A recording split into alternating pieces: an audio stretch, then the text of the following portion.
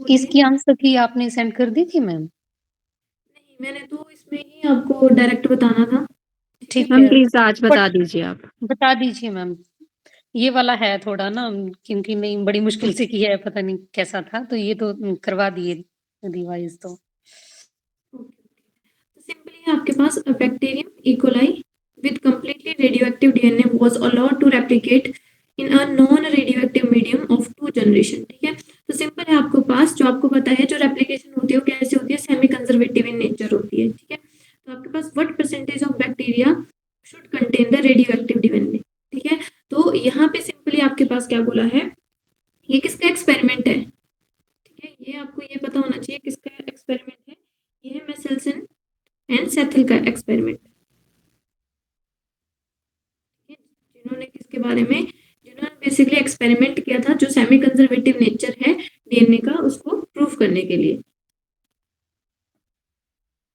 Meselson and सेथिल experiment है ये। ठीक है, अब ये क्या बोल रहा है आपके पास कि जो आपके पास डीएनए है, ठीक है, डीएनए के 2 स्ट्रैंड होते हैं। ठीक है, 5' 3' और 5' 3'। ठीक है, तो बेसिकली ये बोल रहा है आपके पास कि अगर आपके पास एक स्टैंड कैसा कर दिया हमने, रेडियो एक्टिव कर दिया, जिसको मैंने येलो से कर दिया। ठीक है, तो और दूसरा जो है आपके पास वो कैसा है, नॉन रेडियो एक्टिव है। ठीक है, तो आपके पास जो परसेंटेज होगी बैक्टीरिया में वो कैसे कितनी रहेगी, वो रहेगी 50%, क्योंकि आपके पास देखो यहाँ पे क्या करेगा ये 50% ही कैसे बनाएगा। अब देखो एक इसमें रेडियो एक्टिव होगा, एक क्या रहता है पेरेंटल स्टैंड, तो एक ही सिर्फ नया स्टैंड बनता है। ठीक है, तो कितनी परसेंटेज रहेगी उसकी, 50%। समझ आई बात है। 2 जनरेशन हो गई ना मैम, तो 2 जनरेशन तक रहा वो, तब भी 50 रहेगा? देखो यहाँ पे bacterium E coli with completely radioactive DNA was allowed to replicate. ठीक है, अब ये इन्होंने बोला कि आपके पास कंप्लीटली कैसा है, रेडियोएक्टिव डीएनए है कंप्लीट। मतलब ये जो आपके पास ये डीएनए, ठीक है, ये कंप्लीटली कैसा है, ये कंप्लीटली रेडियोएक्टिव है। ठीक है, allowed to replicate in non radioactive medium, but जो इसका मीडियम है, मान लो इसके साइड में जो मीडियम है वो कैसा है, नॉन रेडियोएक्टिव है। ठीक है, तो बेसिकली अगर नॉन रेडियो एक्टिव मीडियम है तो ये क्या करेगा, नॉन रेडियो एक्टिव एक स्टैंड पेरेंटल ही रहेगा और नया स्टैंड एक बना देगा। ठीक है, तो एक स्टैंड कैसा होगा, नॉन रेडियो एक्टिव होगा और एक कैसा होगा, रेडियो एक्टिव होगा। इन्होंने अब 2 जनरेशन की बात करी है। ठीक है, मीडियम फॉर द 2 जनरेशन। अच्छा, 2 जनरेशन मेंशन किया। ठीक है, तो बेसिकली आपके पास जो फर्स्ट जनरेशन है उसमें क्या होगा, वहां पे आपके पास क्या होगा, नया एक आपके पास क्या होगा, नया स्टैंड होगा। ठीक है, और एक कैसा होगा, रेडियो एक्टिव होगा और एक न्यू स्टैंड फॉर्म होगा। ठीक है, फर्स्ट जनरेशन में 50% होगा, तो आपके पास सेकंड जनरेशन में कितना हो जाएगा वो, 25। 25। हाँ ठीक है। उसके बाद है bacterium contain 100% N15 nitrogen basis is allowed to replicate in a medium containing N14 basis after one round of replication the result would be। ठीक है, तो यहाँ पे सिंपल रेप्लिकेशन के ऊपर ही क्वेश्चन है, N15 और N14 है, एक आपके पास हैवी आइसोटोप की बात करिए और एक नॉर्मल की बात करिए। तो आपको पता है सेमी कंजर्वेटिव नेचर कैसा होगा, जिसमें एक स्टैंड कैसा बनेगा आपके पास, रेप्लिकेशन सेमी कंजर्वेटिव होती है तो एक स्टैंड N15 का बनेगा और एक N14 का बनेगा, तो आपके पास हाइब्रिड बनेंगे। क्लियर है। ठीक है, all individual would be radioactive but the percentage of radioactivity of DNA would be the 50%। ठीक है, तो यहाँ पे इंडिविजुअल कैसे होंगे, रेडियो एक्टिव होंगे, बट परसेंटेज क्या होगी, 50% ही होगी। क्यों होगी 50%, क्योंकि यहाँ पे क्या N15 है, तो आपके पास क्या होगा, एक पुराना ही स्टैंड रहेगा N14 वाला। ठीक है, और एक नया बन जाएगा। ठीक है, तो यहाँ पे N14 और N15 के स्टैंड बनेंगे। क्लियर है। Yes ma'am. जैसा आप फर्स्ट में हो रहा है सेम वैसे ही सेकंड में हो रहा है। उसके बाद नेक्स्ट है the chromosome have genetic material because, आपके पास जो क्रोमोसोम है उसके पास जेनेटिक मटेरियल क्यों होता है, क्योंकि जेनेटिक मटेरियल क्या करता है, सारे काम करता है। They have a morphological and chemical identity which persist, they can truly replicate themselves. ये भी ठीक है, ये भी ठीक है। Chromosome structure change and duplication and deletion of chromosome segment leads to the distinct phenotype and biochemical, ये भी आपके पास ठीक है, ये तीनों ही ऑप्शंस ठीक है। तो आपके पास कौन सी ऑप्शन आ जाएगी, डी ऑप्शन। नेक्स्ट है न्यूक्लियोसोम। तो हमारे पास जो न्यूक्लियोसोम है उसके पास क्या प्रेजेंट होता है? न्यूक्लियोसोम क्या होता है आपके पास? DNA plus histone protein. Histone protein, ठीक है। और हिस्टोन प्रोटीन क्या होता है? ऑक्टामर है, ठीक है। ऑक्टामर है मतलब इसमें क्या होगा? H2A की 2 यूनिट्स होती हैं, ठीक है। H2B की 2 यूनिट्स होती हैं, H3 की और H4 की यूनिट होती है। और जो आपके पास एक जो न्यूक्लियोसोम है, मान लो ये मेरे पास न्यूक्लियोसोम एक, ठीक है, ये न्यूक्लियोसोम सेकंड है, ठीक है। तो एक ये जो स्ट्रक्चर है ये क्या है? ऑक्टामियर है, मतलब इसमें ऐसे डिवाइडेड होगा ये स्ट्रक्चर, ठीक है, 8 यूनिट से बना हुआ, ठीक है। और यहाँ पे जो आपके पास डीएनए होता है इसको क्या बोलते हैं हम? H1 डीएनए, ठीक है। तो H1 जो लिंकर है, ठीक है, वो क्या करता है? दो न्यूक्लियोसोम को जोड़ने का काम करता है H1 लिंकर, ठीक है। बाकी H2A, H2B और H3 और H4 ये क्या बनाएंगे? न्यूक्लियोसोम का कोर बनाते हैं। और कैसे होते हैं? ये पेयर में होते हैं, ठीक है। H2A भी 2 होंगे, H2B भी 2 होंगे, H3 भी 2 होंगे और 4 भी 2 होंगे, ठीक है। नेक्स्ट है आपके पास ये सीक्वेंस दिया हुआ है, then the nucleotide sequence in other chain, ठीक है। आपके पास जो डीएनए है, ठीक है, उसमें क्या दिया है? 2 कॉम्प्लीमेंट्री न्यूक्लियोटाइड चेन्स होती हैं आपके पास डीएनए में, आपको पता है। एक आपके पास सीक्वेंस दे रखा है, आपको इसका कॉम्प्लीमेंट्री बताना है। तो क्या होगा इसका कॉम्प्लीमेंट्री? C होगा ma'am. A will combine with T and G with C. ये टी, G. उसके Yes ma'am. बाद सी, जी, ए, ठीक है। तो ये हो जाएगा आपके पास सी ऑप्शन, Yes. ठीक है। और double standard DNA the sequence of the base pair in one stand, ठीक है, ये आपके पास सेम ही है, ठीक है। तो अगर एक का सीक्वेंस ऐसा है तो दूसरे का सीक्वेंस कैसा हो जाएगा? इसका ऑप्शन B. डीएनए बोला है यहाँ पे, आपको मेंशन नहीं करा है यहाँ पे। कॉम्प्लीमेंट्री स्टैंड ऑफ क्या बोला जा रहा है? कॉम्प्लीमेंट्री स्टैंड ऑफ डीएनए बोला जा रहा है, ठीक है। आप यू कब लोगे? जब आपके पास डीएनए से आरएनए बन रहा होगा, ठीक है। बी ऑप्शन आपके पास कभी नहीं होगी, गलत है ये, ठीक है। A. A option. उसके बाद नेक्स्ट है हमारे पास आरएनए पॉलीमरेज, ठीक है। तो आरएनए पॉलीमरेज क्या करता है आपके पास? Is a protein responsible for the production of ribonucleotide, is the enzyme that create hydrogen bond between the nucleotide on the DNA template strand and their complementary RNA nucleotide.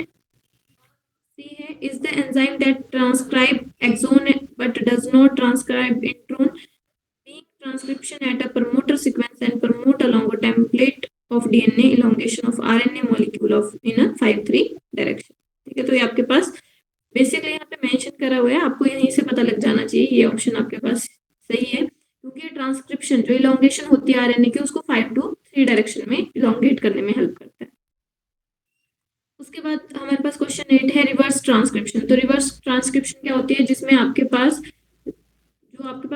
Reverse transcriptase enzyme होता है, वो क्या करता है? The basically RNA depend on DNA polymerase. तो क्या हो जाएगा इसका? RNA dependent DNA DNA polymerase. D option, ठीक है। नेक्स्ट है synthesis of RNA molecule is terminated bye, ठीक है। तो आपके पास जो प्रोकैरियोट्स होते हैं उनमें कौन सा फैक्टर होता है? रो फैक्टर होता है, जो क्या करता है? टर्मिनेशन के लिए रिस्पॉन्सिबल है। और कौन सा फैक्टर इनिशिएशन के लिए रिस्पॉन्सिबल होता है? Sigma factor, Sigma. ठीक है। सिग्मा क्या करवाएगा? इनिशिएशन करवाएगा। और रो फैक्टर क्या करवाता है? टर्मिनेशन करवाता है। और किसकी बात हो रही है यहाँ पे? प्रोकैरियोट्स की बात हो रही है जनरली, ये प्रोकैरियोट्स में चलता है। उसके बाद है which of the following is important for transcription, ठीक है। ट्रांसक्रिप्शन के लिए क्या चीज इम्पोर्टेंट है? Ma'am, DNA polymerase. Promoter ma'am. Promoter. Promoter होना चाहिए, ठीक है। डीएनए पहले, सबसे पहले प्रमोटर लगेगा, फिर डीएनए पॉलीमरेज आपके पास काम करेगा, क्योंकि डीएनए पॉलीमरेज बेसिकली न्यूक्लियोटाइड को जोड़ने का, पॉलीमराइजेशन का काम करेगा, ठीक है। उसके बाद आपके पास है prokaryotic gene 600 nucleotide long can code for a polypeptide chain of about how many amino acids, ठीक है। तो कितने के लिए करेगा कोड? 200। हाँ, सिंपल इसमें है आपके पास जो कोड होता है वो कैसा होता है? ट्रिपलेट होता है मतलब, ठीक है। तो सिंपल इसको कर दो 603, ठीक है। तो कितना आ जाएगा? 200। समझ आई बात है? क्योंकि जो हमारा कोड होता है वो ट्रिपलेट होता है, ठीक है। तो बेसिकली अगर कोड ट्रिपलेट है तो बेसिकली एक चीज के लिए, ठीक है, एक अमाइनो एसिड के लिए कौन सा कोड, ट्रिपलेट कोड कोई भी हो सकता है, यूजी हो गया, जीओजी हो गया, तो ट्रिपलेट कोड कोड कर रहा है, तो 16 जो 600 है उसके लिए कितने करेंगे, 200, ठीक है।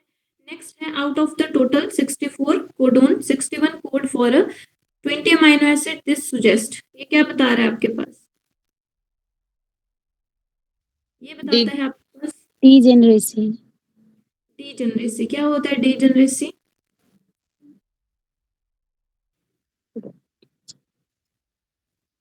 मतलब ये जो कोड 64 में से कोडोन ही होंगे, जी, क्या बाकी बोल जो है वो स्टॉप कोडोन को वो करेंगे। देखो, हाँ सिंपली ये क्या बोल रहा है आपके पास, डीजेनरेसी का सिंपल सा मतलब होता है कि जो आपके पास अमाइनो एसिड है, most amino acid are coded by more than one codon, ठीक है।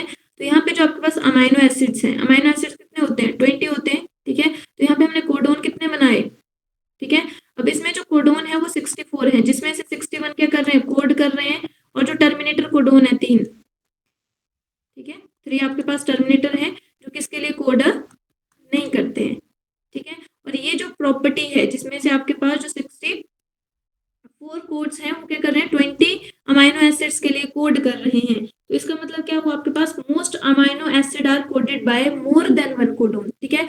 तो एक से ज्यादा कोडोन क्या कर सकता है, एक अमाइनो एसिड के लिए कोड कर सकता है, और इस प्रॉपर्टी को हम क्या बोल देते हैं, डीजेनरेसी, ठीक है। सिंपल अगर मैं लिखूं तो डीजेनरेसी क्या है आपके पास, amino acid are coded by more than one codon,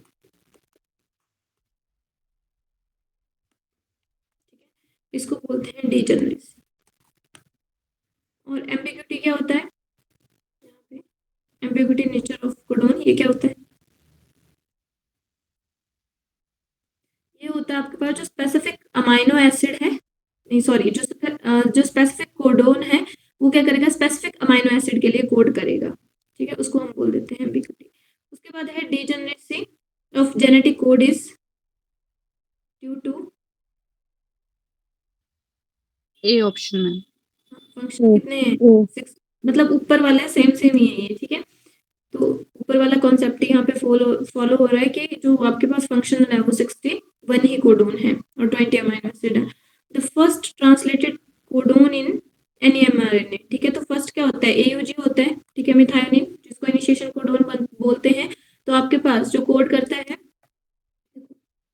AUG है, ठीक है। तो आपके पास कैसा रहेगा, कौन सा हो जाएगा ऑप्शन, UA यूए, GC के साथ UAC जी के साथ कौन पेयर करता है, C G के साथ C। ठीक है। तो आपके पास ये आपके पास सीक्वेंस हो जाएगा, क्लियर है। उसके बाद नेक्स्ट है polysome is formed by, polysome कैसे बनता है और कहाँ पे बनता है, cluster of ribosome, many ribosome attach to the mRNA, ठीक है। Cluster to ribosomal subunit, many mRNA being attached to a ribosome. आपके पास जब बहुत ज्यादा ribosome Polysome. Many ribosomes attached. Attached with the mRNA, ठीक है। तो इसको हम क्या बोल देते हैं, इसको हम बोल देते हैं Polysome. पॉलीसोम या पॉलीराइबोसोम। और ये कंडीशन किस में पाई जाती है, प्रोकैरियोट्स में पाई जाती है।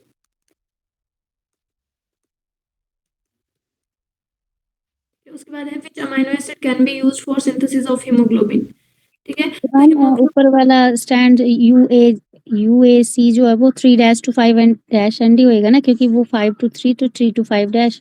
हाँ हाँ, ठीक है। अब देखो यहाँ पे अगर आपके पास ये ऑप्शन दी है, ठीक है, और यहाँ पे जो सीक्वेंस लिया है, ठीक है, तो मतलब ऊपर वाला स्टैंड उससे उल्टा होगा क्योंकि बाकी कोई सीक्वेंस मैच नहीं कर रहा है,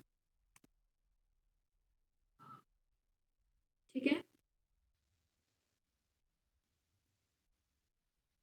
which amino acid can be used for synthesis of haemoglobin, ठीक है। तो आपके पास जो सिंथेसिस ऑफ हीमोग्लोबिन है उसके लिए कोई भी अमाइनो एसिड, ग्लूटामिक, यहाँ पे तीनों जो अमाइनो एसिड है, ग्लूटामिक एसिड, सेरिन और वैलिन, तीनों ही क्या करते हैं, सिंथेसिस ऑफ हीमोग्लोबिन में हेल्प करते हैं।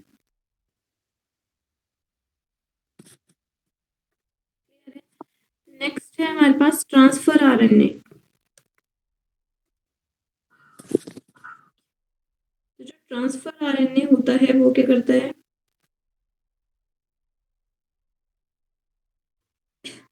Mean B option. B option, bind to its specific amino acid in the active site of amino acid tRNA.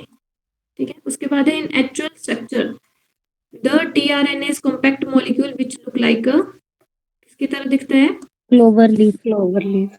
Inverted है। Inverted L. ठीक है, और क्लोवर लीफ क्या बताता है, 2 डायमेंशनल।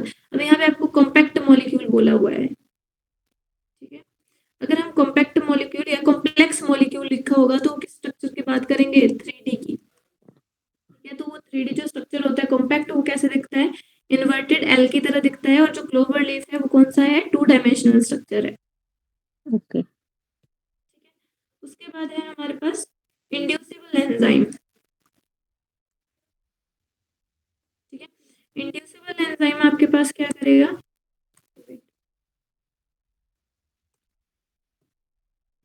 तो inducible enzyme are produced when small molecule inactivate the repressor protein. ठीक है, जब आपके पास जो स्मॉल है वो क्या करेगा, रिप्रेसर प्रोटीन को रिप्रेस करेगा, इनएक्टिवेट करेगा, उस टाइम पे आपके पास क्या होता है, इंड्यूसिबल एंजाइम काम करता है। The technique of DNA fingerprinting, ये तो सबको आना चाहिए क्योंकि हमने बहुत बार जाफरी। एलेक्स जाफरी। उसके बाद है आपके पास what would be the complementary sequence. ठीक है, तो आपको याद ही होगा। ठीक है, बहुत इजी है ये कॉम्प्लीमेंट्री सीक्वेंस। ठीक है, तो क्या हो जाएगा, CTAATG। GT सी बी हो जाएगा ना। ठीक है, न्यूक्लियोसाइड्स, न्यूक्लियोसाइड्स क्या होता है आपके पास, नाइट्रोजन बेसिस प्लस शुगर। और न्यूक्लियोटाइड क्या होता है, जब उसमें फॉस्फेट ग्रुप लग जाएगा तो ये बन जाएगा न्यूक्लियोटाइड। ठीक है, उसके बाद है what happen.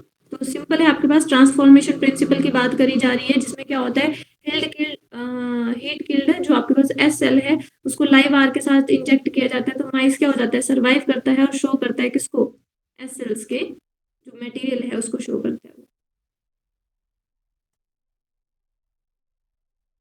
Identify the pair of nucleotide which are joined by 3 hydrogen bond. ठीक है, तो 3 हाइड्रोजन बॉन्ड किसमें होते हैं, बहुत बेसिक क्वेश्चन है ये।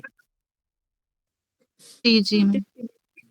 किसमें, सी। D option. ठीक है, और ATP में कितने बॉन्ड होते हैं, इसमें डबल बॉन्ड होते हैं और इसमें ट्रिपल बॉन्ड होता है। ठीक है, हाइड्रोजन होते हैं ये। ठीक है, if percentage of guanine is 10% and the cytosine की परसेंटेज कितनी होगी, guanine is always pair with the cytosine. अगर आपके पास ग्वानिन 10% है तो साइटोसिन भी कितना हो जाएगा, 10%। 10%। ठीक है, और वहीं पे अगर मैं यहाँ पे किसकी परसेंटेज पूछूंगी, थायमिन की परसेंटेज पूछूं तो कितनी हो सकती है, 90%। 100 माइनस 90। 90 नहीं होगी। ठीक है, देखो आपके पास जो प्यूरिन है और जो पायरिमिडीन है, ठीक है, प्यूरिन को भी हम 50% लेके चलते हैं, पायरिमिडीन को 50% लेके चलते हैं। यहाँ पे अगर मेरे पास क्या है, जो प्यूरिन है, ठीक है, प्यूरिन में कौन कौन आता है, एडेनिन और ग्वानिन। ठीक है, अब जो आपके पास पायरिमिडीन है उसमें क्या आता है, साइटोसिन, साइटोसिन एंड थायमिन।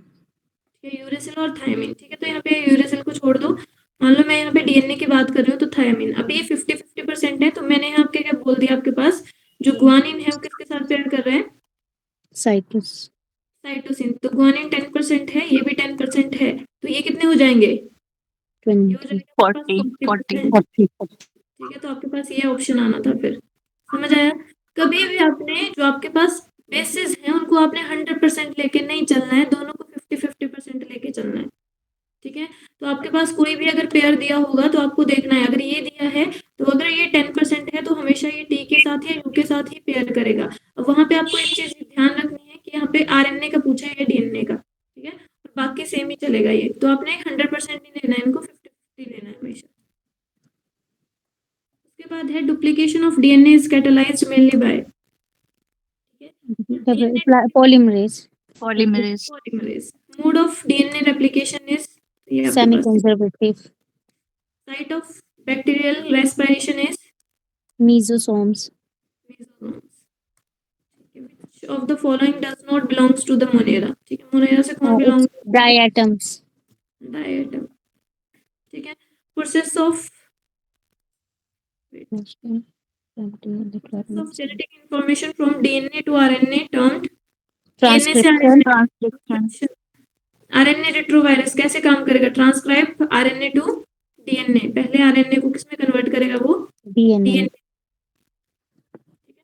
उसके बाद नेक्स्ट है हमारे पास one of the following is not involve directly in translation. Translation में डीएनए होता है, डीएनए इन्वॉल्व नहीं होता है। सिंपल क्वेश्चन थे आपके पास। Starting stopping codons are respectively. Starting codon कौन कौन सा होता है आपके पास और स्टॉप कोडोन कौन सा होता है? Starting AUG B option B which of the following has a function similar to UGA UAA? तो कौन सा हो जाएगा? UAG, A option. ठीक है, ये हमारे पास स्टॉप कोडोन है। ठीक है, UAA UGA और UAG। ठीक है, और ये किसी चीज के लिए कोड नहीं करते हैं। उसके बाद है deletion or insertion of base pair not cause mutation unless the number of base pair is deleted inserted are frame shift mutation कब नहीं होगी? जब कितना होगा? 3 3। अब ये क्यों हुआ? क्योंकि जो हमारे पास कोडोन होता है वो ट्रिपलेट होता है। अगर मेरे पास कोडोन ट्रिपलेट है, अगर मान लो मेरे पास डीएनए में 3 ही सीक्वेंस ऐड हो गए, ठीक है, तो ये क्या करेंगे? फ्रेम को शिफ्ट नहीं करेंगे, फ्रेम यहीं पे रहेगी, ये जस्ट ऐड ही हुआ है। ठीक है, तो यहाँ पे कभी भी आपने याद रखना है कि जब आपके पास 1 और 2 जो आपके पास बेस पेयर है उनकी इंसर्शन या डिलीशन हो रही है 1 और 2 की, तो क्या हो सकती है? फ्रेम शिफ्ट हो सकती है। बट अगर आपके पास 3 की बात करें तो 3 की नहीं होगी। ठीक है, अभी यहाँ पे 3 का अगर 6 होगा, ठीक है, यहाँ पे मान लो 3 ना होके कितना होता?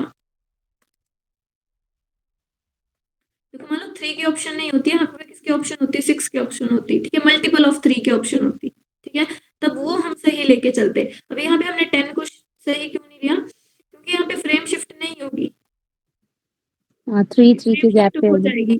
समझ गए? यस तो अगर आपको नहीं ऑप्शन दी है, ठीक है, मान लो जैसे 1 2 और 3 ऑप्शन नहीं दिया आपको, यहाँ पे 10 20 या कोई और ऑप्शन दे दी है, ठीक है, तो आप कैसे करोगे?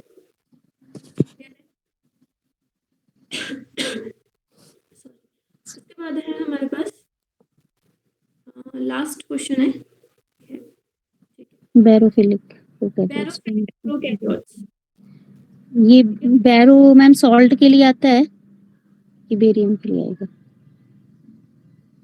जो आपके पास बैरोफिलिक प्रोकैरियोट्स हैं जिनको हम पाइज़ोफाइल्स भी बोलते हैं, वो क्या होते हैं? वो थ्राइव करते हैं अंडर हाई हाइड्रोस्टैटिक प्रेशर। ठीक है, जो डीप मैराइन पे रहते हैं उनको बोलते हैं हम।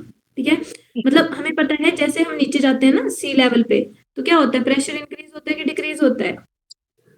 नीचे जाएंगे प्रेशर इंक्रीज होएगा। प्रेशर इंक्रीज होएगा। ठीक है, तो आपके बैरो पास और प्रेशर की भी यूनिट है ना, बैरोमीटर। हाँ, बैरोमीटर आप उससे क्या करते हो? प्रेशर मेजर करते हो। ठीक है, अब यहाँ पे बेसिकली जो आपके पास प्रेशर है, ठीक है, जब आप डीप सी में जाते हो तो प्रेशर हाई हो जाता है। ठीक है, तो ऐसे प्लांट्स ऐसे बैक्टीरिया प्रोकैरियोट्स की बात हो रही है जो कहाँ पे ग्रो करते हैं? आपके पास डीप जो सी है वहां पे सर्वाइव कर रहे हैं। ठीक है, हाई हाइड्रोस्टैटिक प्रेशर में जो सर्वाइव कर सकते हैं। ठीक है, grow and multiple in very deep sea marine sedimentation. Clear है? Yes ma'am.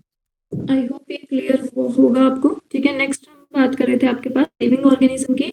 तो देखो लिविंग ऑर्गेनिज्म में जो हमने करैक्टर पढ़े थे वो आपको क्लियर हुए होंगे: growth, reproduction, metabolism, cellular organisation और कॉन्शियसनेस। ठीक है, अब ग्रोथ मैंने आपको बता दिया था, ये चीजें मैंने आपको एक्सप्लेन कर दी थी। अगर इन चीजों में किसी को कोई डाउट है तो बोलो। मैं यहाँ से स्टार्ट कर रही हूँ बायोडाइवर्सिटी से। बताओ पिछली चीजों में डाउट है आपको? No ma'am. ठीक है, तो हम स्टार्ट करते हैं आपके पास बायोडाइवर्सिटी से। ठीक है, तो बेसिकली हमने क्या बात करी थी? जो बायोडाइवर्सिटी है वो क्या बताती है? वैरायटी एंड वेरिएबिलिटी बताती है लाइफ की ऑन अर्थ। ठीक है, जिसमें से जो आपके पास टोटल जो स्पीसीज आप अगर मैं आपके पास जो डाटा की बात करूँ, जो टोटल स्पीसीज है वो कितनी है? 7 मिलियन है जो फाउंड होती है। ठीक है, बट उसमें से नेमिंग कितनी की हुई है जो आपको प्रेजेंट है? ठीक है, जिनके हमें बारे में पता है वो कितनी है? नॉन जो स्पीसीज है सिर्फ कितनी है? 1.7 टू 1.8 मिलियन। ठीक है, अब यहाँ पे बेसिकली जब मैं बात करती हूँ तो यहाँ पे हम चीजों की, एक हम बात करेंगे टैक्सोनॉमी की और दूसरी हम बात करेंगे सिस्टमैटिक्स की। ठीक है, तो देखो जो आपके पास सिस्टमैटिक्स है वो क्या बोल रहा है आपके पास,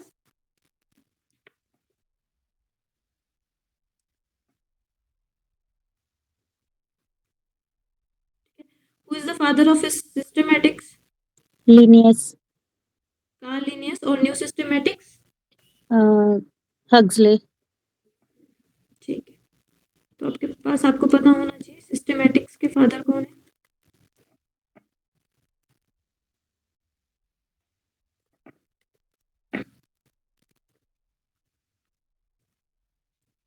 कार्ल लिनियस, और न्यू सिस्टमैटिक्स के हैं जूलियन हक्सले। ये मैम सिम्पसन ने भी दी थी सिस्टमैटिक्स। सिम्पसन सिम्पसन सिम्पसन ने इनका कंट्रीब्यूशन है, बट सिंपली आप जब हम बात करते हैं आज के टर्म में, Father. जैसे आपके पास फादर और उसकी बात करते हैं, फादर ऑफ न्यू सिस्टमैटिक्स और सिस्टमैटिक्स, ठीक है, तो इनकी बात हो रही है यहाँ पे कार्ल लिनियस और जूलियन हक्सले की। ओके ठीक मैम। है, तो आपको जो क्वेश्चन आएगा वो देखो आपके पास जो, जैसे जितनी भी हम थ्योरीज पढ़ते हैं ना, कोई भी थ्योरी है तो उसमें साइंटिस्ट बहुत ज्यादा आते हैं, पर जो क्वेश्चन होता है वो मेन मेन पे ही आएगा आपको, क्योंकि हर थ्योरी है उसको किसी ना किसी अदर साइंटिस्ट ने फिर से उसको पढ़ा है, फिर से उसके ऊपर एक्सपेरिमेंट्स करे हुए हैं। ठीक है, तो हम मेन मेन ही लेके चलेंगे अभी। ठीक है, अगर मैं सिस्टमैटिक्स की बात करूं तो यहाँ पे दो वर्ड हैं। ठीक है, ये ग्रीक वर्ड से लिया गया है। ठीक है, एक वर्ड है यहाँ पे बेसिकली बना है सिस्टीमा। ठीक है, अब ये जो सिस्टमैटिक्स है, ठीक है, वो क्या बता रहा है आपको, ऑर्डर। ठीक है, ऑर्डर और सीक्वेंस, बोलते हैं ना सिस्टमैटिक तरीके से काम करो। ठीक है, मतलब सीक्वेंस से और ऑर्डर से काम करो। ठीक है, तो बेसिकली जो सिस्टमैटिक्स है वो साइंटिफिक स्टडी है जो हमें क्या बताएगी, रिकॉग्नाइज करना, डिस्क्राइब करना, नेम करना, अरेंज करना डाइवर्स ऑर्गेनिज्म को। ठीक है, तो सिंपल अगर मैं लिखूं तो सिंपल आपके पास क्या हो गया, systematics is the branch of biology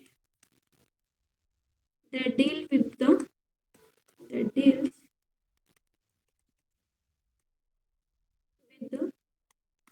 study of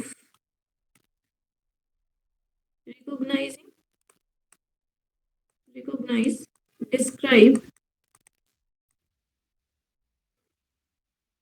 arrange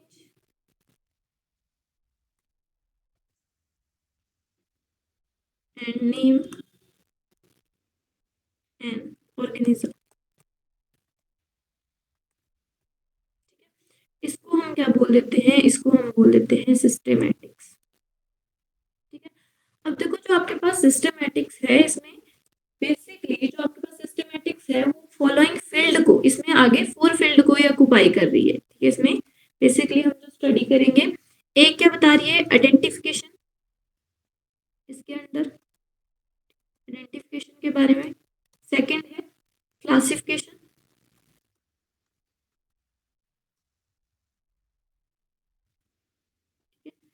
third है इसमें वो है नोमेनक्लेचर। नोमेनक्लेचर कैसे करते हैं, ठीक है, और जो फोर्थ है हमारे पास वो है टैक्सोनॉमी। ठीक है, जो हायरार्की अरेंजमेंट है, ठीक है, वो कैसे की जाती है। तो ये आपके पास बेसिकली इसमें 4 फील्ड आती हैं आपके पास systematics. These are the fields of systematics. ठीक है, identification, classification, nomenclature and taxonomy. ठीक है, जिसमें से आपके पास आइडेंटिफिकेशन इतना ज्यादा इंपॉर्टेंट नहीं है, जो इंपॉर्टेंट है वो है classification, nomenclature and taxonomy. But जब हम स्टार्टिंग जो हमारा स्टेप रहेगा वो क्या रहेगा, आइडेंटिफिकेशन ही रहेगा। बट जो आपको क्वेश्चन के बेसिस पे बोल रही हूँ मैं, इंपॉर्टेंट। ठीक है, जो आपके पास क्वेश्चन है वो इन तीनों में से ही आएंगे। तो देखो यहाँ पे आइडेंटिफिकेशन की आपके पास डेफिनेशन दी है, the practical side of taxonomy, the process of determining that a particular organism belongs to a organised taxa. ठीक है, तो सिंपल यहाँ पे जो आपके पास डेफिनेशन है इसको हम सिंपल टर्म्स में समझते हैं। ठीक है, आइडेंटिफिकेशन का सिंपल सा मतलब है कि मैंने क्या किया, मेरे को कोई ऑर्गेनिज्म मिला, उसको मैंने उसके करेक्टर्स को, मॉर्फोलॉजिकल करेक्टर्स को आइडेंटिफाई करना, लॉजिकल करेक्टर को आइडेंटिफाई करना। ठीक है, उसमें क्या क्या करेक्टर्स हैं, मतलब मेरे पास कोई ऑर्गेनिज्म मिला, उसमें मेमोरी ग्लैंड्स हैं, हेयर है, क्या है, तो और वो जो करेक्टर्स हैं वो कौन से रिकॉग्नाइज्ड ग्रुप से रिजेंबल कर रहे हैं उसके बारे में पता करना, उसको हम बोल देते हैं आइडेंटिफिकेशन। क्लियर है? ठीक है। तो देखो, अगर मैं आपके पास क्लासिफिकेशन की बात करूं तो जो आपके पास क्लासिफिकेशन है वो क्या बता रही है आपको? क्लासिफिकेशन बता रही है हमें कि जो हमारे पास बेसिकली जो हमने ऑर्गेनिज्म फाइंड आउट किया है उसको हम कैसे क्लासिफाई करेंगे। तो यहाँ पे आपने कुछ चीजें याद रखनी है। ठीक है, अब मैंने क्लासिफिकेशन को आप जनरल टर्म्स में बता रही हूँ। ठीक है, इससे रिलेटेड जो आपके पास इंपॉर्टेंट चीज है वो भी मैं यहीं पे इंक्लूड कर दूंगी। ठीक है, अब जो आपके पास क्लासिफिकेशन है, एक है आपके पास artificial classification. Artificial classification,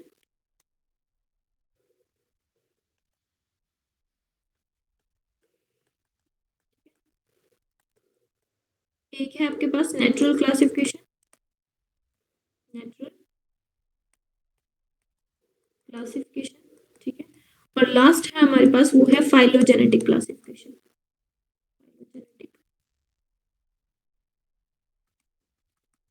classification, ठीक है। और देखो, जब मैं बात करती हूँ आपके पास आर्टिफिशियल क्लासिफिकेशन की, तो आर्टिफिशियल क्लासिफिकेशन में जो कंट्रीब्यूशन है वो बेसिकली 3 साइंटिस्ट का है। ठीक है, अगर मैं साइंटिस्ट की बात करूँ, ठीक है, फर्स्ट है आपके पास एरिस्टोटल। ठीक है, इन्होंने क्या किया था, आर्टिफिशियल क्लासिफिकेशन दिया था। मतलब आर्टिफिशियल क्लासिफिकेशन में हम क्या किसके बारे में देखते हैं, यहाँ पे हम स्टडी करते हैं मॉर्फोलॉजिकल करेक्टर्स के बारे में।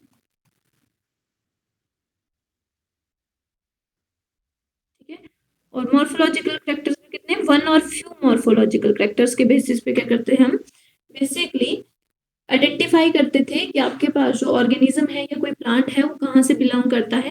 ठीक है, कौन से क्लास में उसको रखना चाहिए, ठीक है, उससे बिलोंग करता है। तो बेसिकली वो क्या आपके पास आर्टिफिशियल क्लासिफिकेशन है, जिसमें जो मेन आपके पास क्लासिफिकेशन क्राइटेरिया रहेगा वो रहेगा मॉर्फोलॉजिकल करेक्टर्स, वन और मोर मॉर्फोलॉजिकल करेक्टर्स।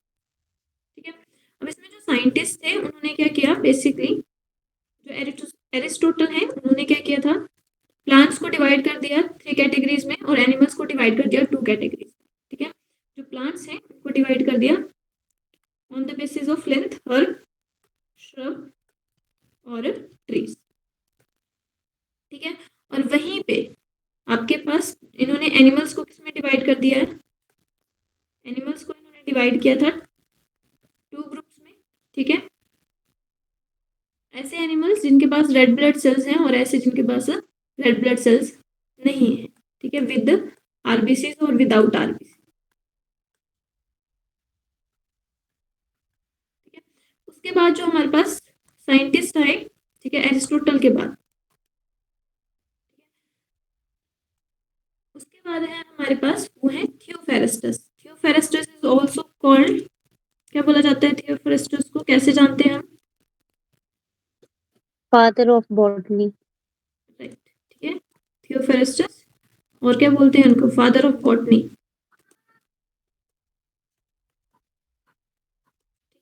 तो बेसिकली इन्होंने जो क्लासिफिकेशन दी प्लांट से रिलेटेड दी इन्होंने, और इन्होंने प्लांट को 3 से 4 कैटेगरीज में, ठीक है, एरिस्टोटल की ही आपके पास आगे स्टडी को इन्होंने क्या किया, 4 कैटेगरीज में डिवाइड कर दिया, herb, under shrub, under shrub, उसके बाद श्रब और उसके बाद ट्री। ठीक है, और बाद में आपके पास जो आर्टिफिशियल क्लासिफिकेशन है उसमें कंट्रीब्यूशन और किसका है, कार्ल्स लिनियस का।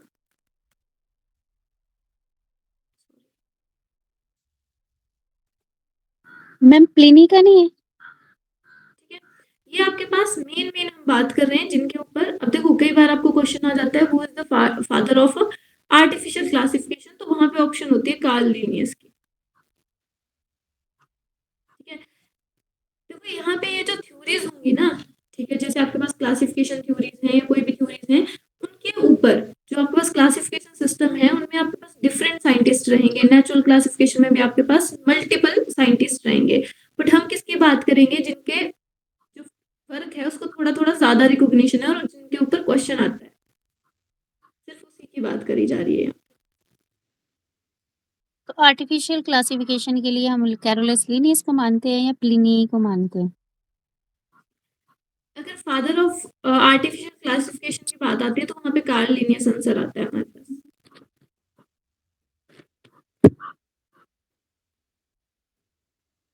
ठीक है, वहीं पे अगर मैं नेचुरल क्लासिफिकेशन की बात करूँ, अब इसके ड्रॉबैक्स क्या थे कि इन्होंने क्या किया था, फ्यू मॉर्फोलॉजिकल फैक्टर्स को देखा था। ठीक है, तो आपके पास जिससे क्या हुआ था, जो आपके पास सिमिलर जो ऑर्गेनिज्म थे वो डिस्टिंक्ट ग्रुप में उनको रख दिया गया था। ठीक है, अब आपको याद रखना है जो नेचुरल सिस्टम ऑफ क्लासिफिकेशन है उसमें जो मेन साइंटिस्ट का नाम होता है वो है बेंथम एंड हुकर। ठीक है, आपको मेन नेमिंग पे क्वेश्चन आता है।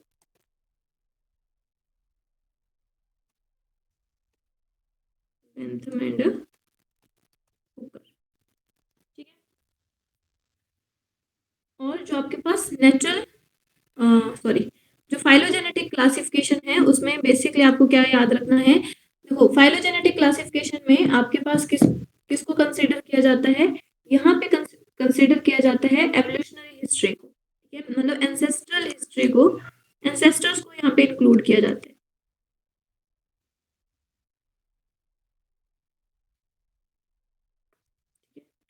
या फिर एवोल्यूशनरी।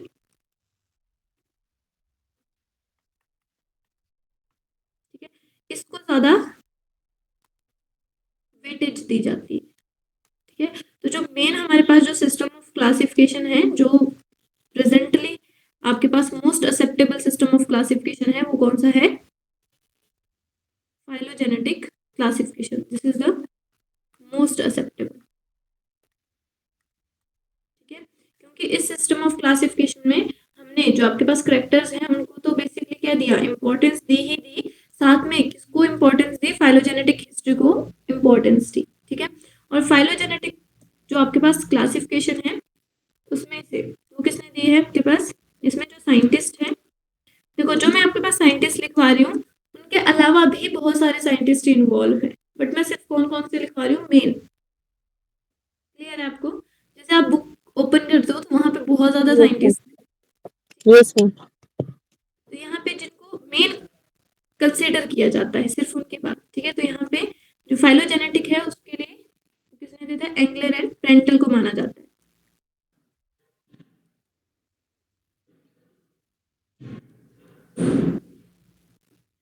ठीक है, और यहाँ पे एक और साइंटिस्ट भी है। ठीक है, अगर यहाँ पे आप देखो, अगर फाइलोजेनेटिक क्लासिफिकेशन है तो आप प्रेफरेंस किसको दोगे, एंगलर एंड प्रेंटल को। ठीक है, अगर ये ऑप्शन नहीं है आपके पास, ठीक है, तो उस केस में आपके पास जो सेकंड साइंटिस्ट हैं जिनको ज्यादा इंपॉर्टेंस दी जाती है वो है हॉटसन।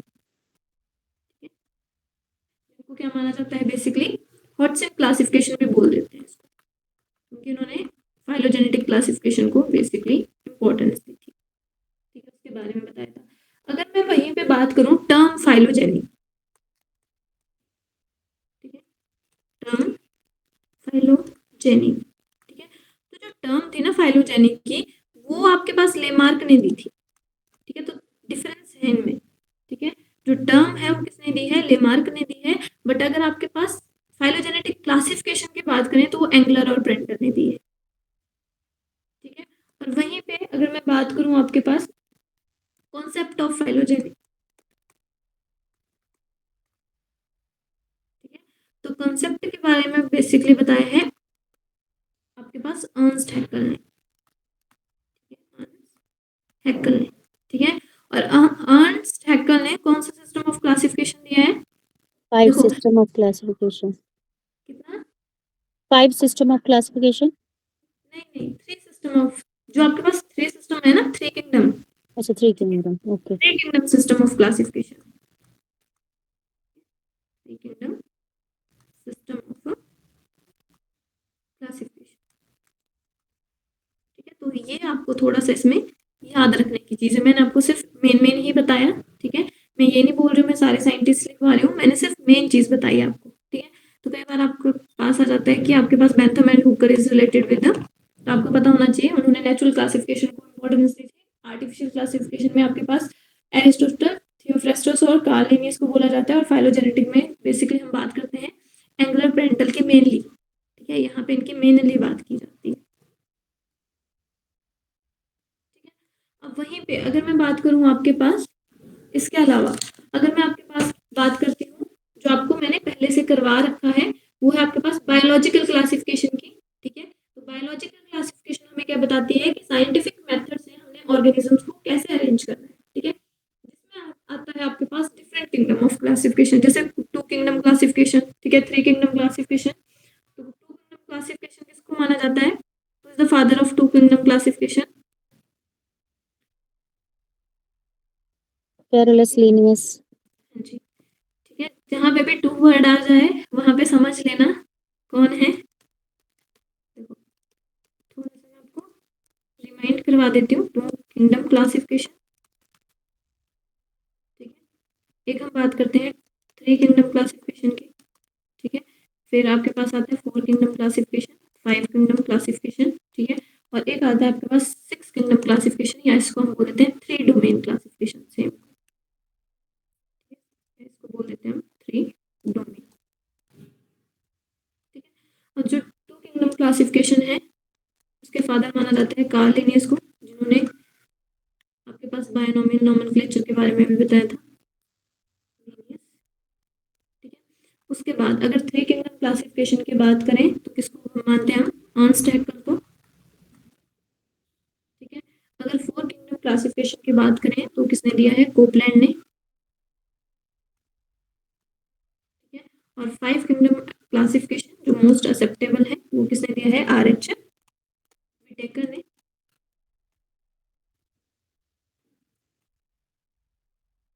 ठीक है।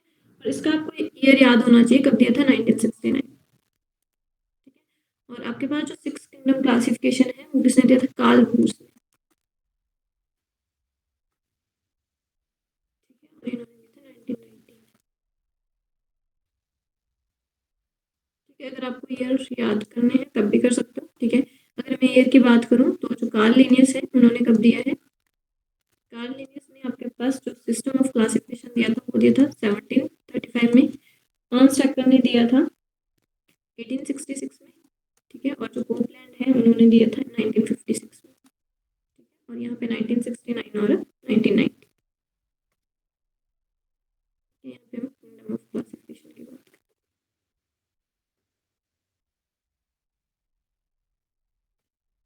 और 6 किंगडम या 3 डोमेन सिस्टम ऑफ क्लासिफिकेशन। कितना क्लियर है आपको?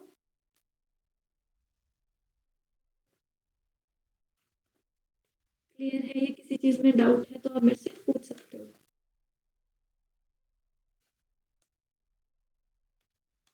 क्लियर है मैम। ठीक है, तो नेक्स्ट हम बात करते हैं आपके पास, देखो हमने क्या किया, जो आपके पास क्लासिफिकेशन है, क्लासिफिकेशन हमें क्या बताती है? क्लासिफिकेशन हमें बताती है साइंटिफिक ऑर्डरिंग ऑफ ऑर्गेनिज्म। इसने हमें क्या बताया? जो आपके पास साइंटिफिक ऑर्डर है, ठीक है। अब देखो, जो हमने आर्टिफिशियल क्लासिफिकेशन किया, नेचुरल क्लासिफिकेशन किया, फाइलोजेनेटिक क्लासिफिकेशन किया, ठीक है। अब इसके अंदर हमने क्या किया? बेसिकली आपके पास जो किंगडम क्लासिफिकेशन, अब यहाँ पे किंगडम क्लासिफिकेशन की जब बात आती है तो वो क्या कर रही है? जितने भी ऑर्गेनिज्म है, लिविंग ऑर्गेनिज्म है, उनको क्या कर रही है? कैटेगरीज में डिवाइड कर रही है, ठीक है।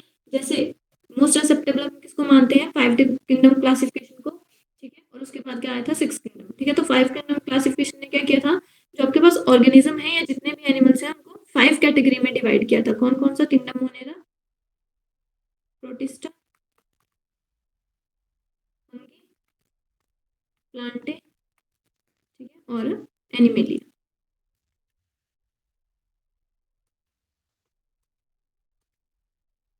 एनिमेलिया, ठीक है। अब इसमें जो आपके पास 6 किंगडम है उसने मोनेरा को ही फर्दर डिवाइड किया था, किसमें? आर्की बैक्टीरिया और यू बैक्टीरिया, आर्किया और यू बैक्टीरिया, आर्किया में किया था, ठीक है, और यू बैक्टीरिया में किया, ठीक है। इसी को फिर हमने क्या बोल दिया? 6 किंगडम या 3 डोमेन क्लासिफिकेशन, ठीक है। जिसमें 3 डोमेन कौन कौन से होते हैं? आर्किया, यू बैक्टीरिया, और एक होता है आपके पास यू कैरिया, ठीक है। अगर डोमेन की बात करें तो 3 डोमेन आपके पास अलग अलग, तो ये आपके पास क्या होता है? एक होता है आर्किया, एक होता है यू कैरिया, ठीक है। जिसमें सारे, अब देखो अगर मैं यू कैरिया की बात करूं तो इसमें सारे यू कैरियोट्स आ जाएंगे आपके पास, से लेके आपके पास प्रोटिस्टा से लेके, ठीक है, प्रोटिस्टा, फंगी, ठीक है, प्रोटिस्टा हो गया, फंगी हो गया, प्लेंटी हो गया और एनिमिलिया हो गया, ठीक है। तो सारे इसमें ही आ जाएंगे आपके पास यूकैरिया में, ठीक है। और आर्किबैक्टीरिया में आपके पास कौन से आ जाएंगे, जो एक्सट्रीम कंडीशन में सर्वाइव करते हैं, और यू बैक्टीरिया में आपके पास ट्रू बैक्टीरिया आ जाएंगे, ठीक है। ये चीजें हमने करी हैं, याद है ना आपको, ठीक है। अब मैं नेक्स्ट आपके पास जो बात करती हूँ वो मैं करती हूँ नोमेनक्लेचर की, ठीक है। अब जो नोमेनक्लेचर है वो क्या बता रहा है आपके पास कि आप किसी भी जो आपके पास ऑर्गेनिज्म है उसकी नेमिंग कैसे करोगे, वो कौन बताएगा आपके पास, नोमेनक्लेचर बताएगा। अब जो नोमेनक्लेचर है उसमें जो मेन रोल रहेगा, जो मेनली हम पढ़ते हैं वो हम पढ़ते हैं बायनोमियल नोमेनक्लेचर को, ठीक है, मोस्ट इफेक्टिव। यहाँ पे हम बात करते थे नोमेनक्लेचर की।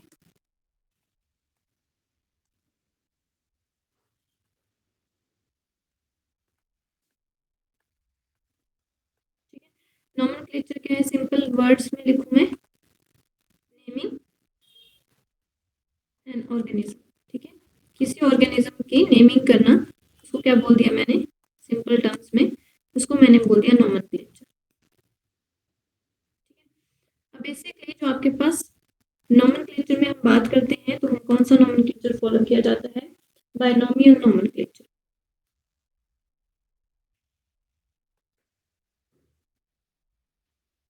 ठीक है। जो किसने दिया था आपके पास, फिर से कार्ल लिनियस। अब बेसिकली जो आपके पास कार्ल लिनियस ने जो आपके पास बायनोमियल नोमेनक्लेचर दिया था वो किसमें दिया था, जिसकी 10th एडिशन फेमस बुक थी, ठीक है, सिस्टेमा नेचर, उसमें पब्लिश किया था इन्होंने, ठीक है। तो कौन सी, अगर मैं बुक का नाम लिखूं, ठीक है, उसमें दिया था सिस्टेमा नेचर।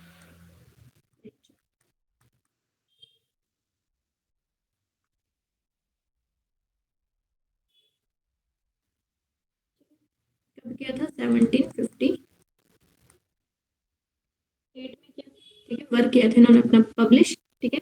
अब बेसिकली यहाँ पे जो नोमेनक्लेचर है, ठीक है, उसमें क्या हो रहा है, देखो बाई का मतलब क्या होता है, आपके पास 2 होता है, सिंपल।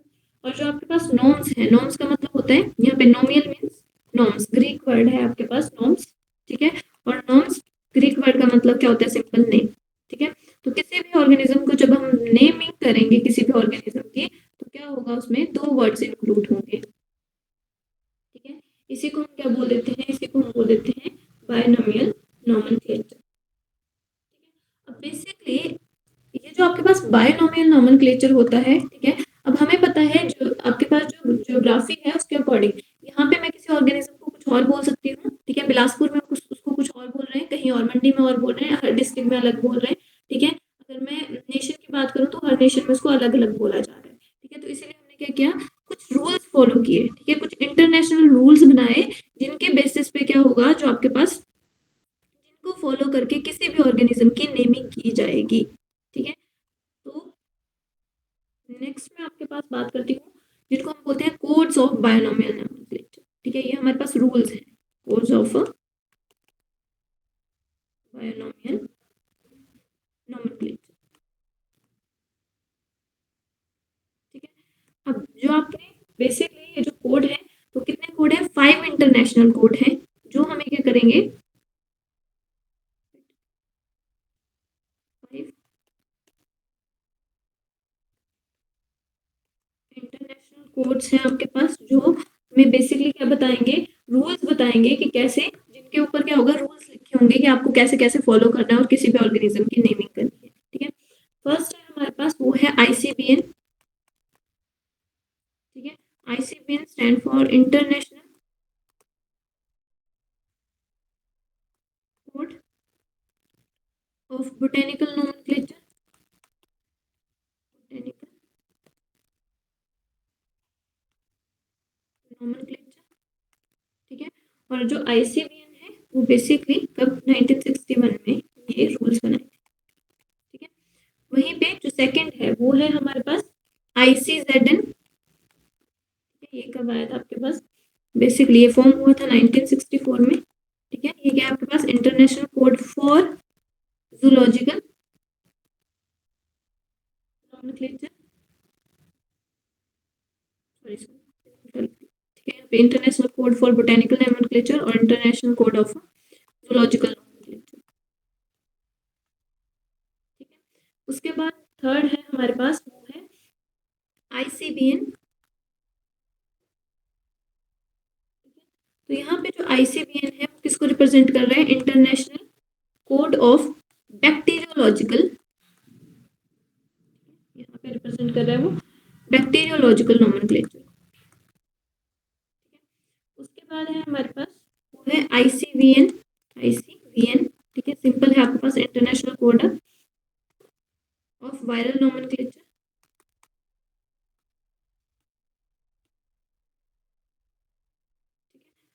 और लास्ट में है हमारे पास वो है ICNCP, ठीक है, ये है international code for cultivated plants, ठीक है। तो ये बेसिकली हमारे पास कोड्स रहेंगे, इंटरनेशनल कोड रहेंगे। अब यहाँ पे हम हर कोड में क्या वर्ड है, इंटरनेशनल वर्ड है, जो क्या रिप्रेजेंट कर रहा है कि ये जो कोड है वो सबके लिए सेम ही फॉलो होगा, चाहे इंडिया है, चाहे लंदन है, कहीं पे भी है, ठीक है, USA की कहीं पे भी आप बात कर लो, तो वहाँ पे आपके पास जो कोड रहेगा वो क्या रहेगा, सेम ही रहेगा, मतलब उसमें जो रूल्स है वो सेम ही रहेंगे आपके पास, ठीक है। तो अगर आप किसी भी ऑर्गेनिज्म को नेमिंग करोगे तो इन रूल्स को आपको क्या करना पड़ेगा, फॉलो करना पड़ेगा। तो कुछ जो रूल्स हैं जो आपको पता ही होंगे, ठीक है, ठीक है, तो आप मेरे को बता सकते हो, ठीक है। सिंपल क्या होना चाहिए, जो बायनोमियल फर्स्ट क्या होना चाहिए, जो आपके पास कोई भी आप नेमिंग करोगे वो किसको फॉलो करे, बायनोमियल नॉमेनक्लेचर को फॉलो करे, ठीक है। बायनोमियल नॉमेनक्लेचर का सिंपल सा मतलब क्या है, जिसमें दो वर्ड होने चाहिए, ठीक है। अब ये जो दो वर्ड है, ठीक है, बाय मीन्स टू, ठीक है, टू वर्ड की नेमिंग होनी चाहिए, जिसमें जो फर्स्ट वर्ड है, जैसे फॉर एग्जांपल यहाँ पे मैं एग्जांपल लेती हूँ आपके पास मैग्नीफेरा इंडिका का, इंडिका, ठीक है। तो फर्स्ट हमें क्या बताता है, फर्स्ट हमें रिप्रेजेंट करता है किसको, स्पेसिफिक जीनस को, और जो सेकंड वर्ड है वो किसको रिप्रेजेंट करता है, स्पेसिफिक एपिथेट को, ठीक है। स्पेसिफिक एपिथेट या फिर सिंपल हम इसको क्या बोल सकते हैं, स्पीसीज को रिप्रेजेंट करता है, ठीक है। और देखो यहाँ पे जब भी यहीं पे मैं आपको फर्स्ट रूल क्या होना चाहिए, दो वर्ड होनी चाहिए, एक आपके पास जीनस होना चाहिए, फर्स्ट किसको रिप्रेजेंट करता है, जीनस को, सेकंड किसको रिप्रेजेंट करता है, स्पेसिफिक एपिथेट को। सेकंड रूल है जब भी हम नेमिंग करेंगे तो जो आपके पास जीनस है उसका जो फर्स्ट लेटर है वो कैसा होना चाहिए, कैपिटल, और जो स्पीसीज है उसका जो फर्स्ट लेटर है वो कैसा होना चाहिए, स्मॉल, ठीक है। अगर आप किसी भी बायनोमियल जो आपके पास नॉमेनक्लेचर है, किसी भी नेमिंग को आप हैंड रिटन फॉर्म में लिख रहे हो तो उसको क्या करना पड़ेगा, यहाँ पे मैंने अंडरलाइन किया हुआ है, ठीक है। तो अगर हैंड रिटन है, अगर हैंड रिटन है तो क्या करना पड़ेगा, उसको अंडरलाइन करना पड़ेगा, ठीक है, यहाँ पे रिप्रेजेंट करें में अंडरलाइन करना पड़ेगा, ठीक है। और कैसे अंडरलाइन करेंगे, सेपरेटली अंडरलाइन, ठीक है, सेपरेट। आपके पास देखो यहाँ पे मैंने जीनस को अलग सेपरेट से अंडरलाइन किया है और स्पेसेस को अलग से सेपरेट आपके पास अंडरलाइन किया है, ठीक है। तो जब भी अंडरलाइन करना है तो कैसा होना चाहिए, सेपरेट होना चाहिए। अगर ये किस फॉर्म में है, टाइप्ड फॉर्म में है, ठीक है, तो किस में होना चाहिए, इटैलिक्स में, ठीक है। और यहाँ पे कौन सी लैंग्वेज का यूज किया जाता है, जो भी हम वर्ड यूज करेंगे, ठीक है, वो कौन सी लैंग्वेज का होना चाहिए, लैटिन लैंग्वेज से लैटिनाइज्ड होना चाहिए, ठीक है, ड्राइव्ड फ्रॉम द लैटिनाइज्ड लैंग्वेज, ठीक है, तो लैटिनाइज्ड लिख सकते हो, ठीक है। तो ये इसके कुछ रूल्स हैं। और वहीं पे अगर मैं बात करूं, देखो यहाँ पे आपके पास मैग्नीफेरा इंडिका है, ठीक है। अब जो मैग्नीफेरा इंडिका है ये आपके पास साइंटिफिक नेम है, जो किसने बताया था, ये आपके पास कार्ल लिनियस ने बताया था, मैग्नीफेरा इंडिका, ठीक है। तो यहाँ पे आपके पास अंडरलाइन हो गया, ठीक है। अगर यहाँ पे आपके पास साइंटिस्ट है, ठीक है, जिस साइंटिस्ट ने उसको डिस्कवर किया है, अगर आपको वहां पे साइंटिस्ट को मेंशन किया जा रहा है तो साइंटिस्ट को एब्रीवेटेड फॉर्म में मेंशन किया जाता है, ठीक है। तो यहाँ पे हम सिर्फ क्या लिखेंगे, लिन लिखेंगे, ठीक है। तो ये लिन स्टैंड फॉर लिनियस है, ठीक है। और जो साइंटिस्ट का नाम होगा वो कैसा होगा, ये क्या आपके पास साइंटिस्ट है जिसने इस नेमिंग के बारे में बताया है, तो ये कैसा होगा आपके पास, जो साइंटिस्ट का नाम है वो कैसा होगा, एब्रीवेटेड होगा। कंप्लीट नेमिंग नहीं करेंगे हम, कैसा करेंगे, एब्रीवेशन की फॉर्म में नेमिंग करेंगे। तो ये कुछ रूल्स थे, क्लियर है इतना?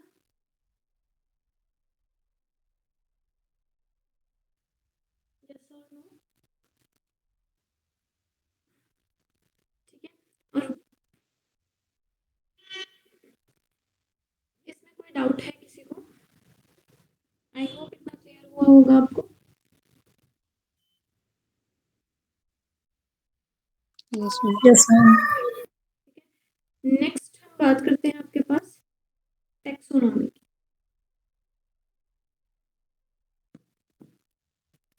मेन आपको यही चीजें याद रखनी है, ठीक है, तो इनसे ही आपका बेसिकली काम हो जाएगा।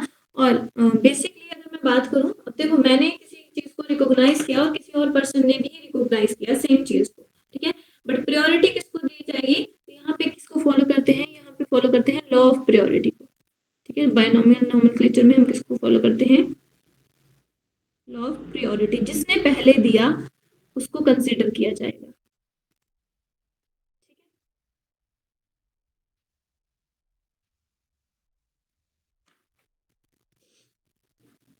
नेक्स्ट मैं बात करती हूँ आपके पास वो है टैक्सोनॉमी। यहाँ पे लिख देती हूँ, फिर हम सिर्फ स्लाइड को रीड करेंगे और हो जाएगा।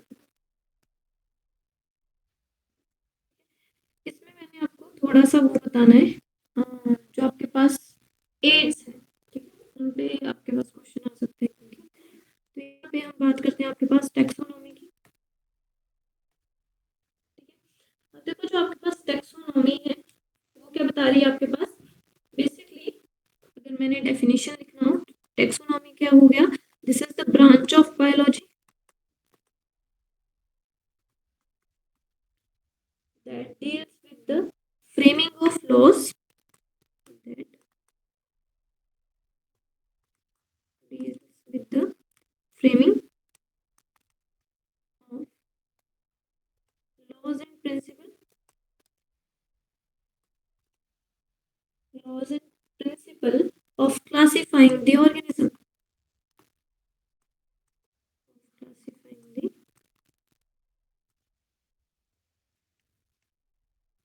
organism on the basis of evolutionary relationship, ठीक है, on the basis of evolutionary relationship।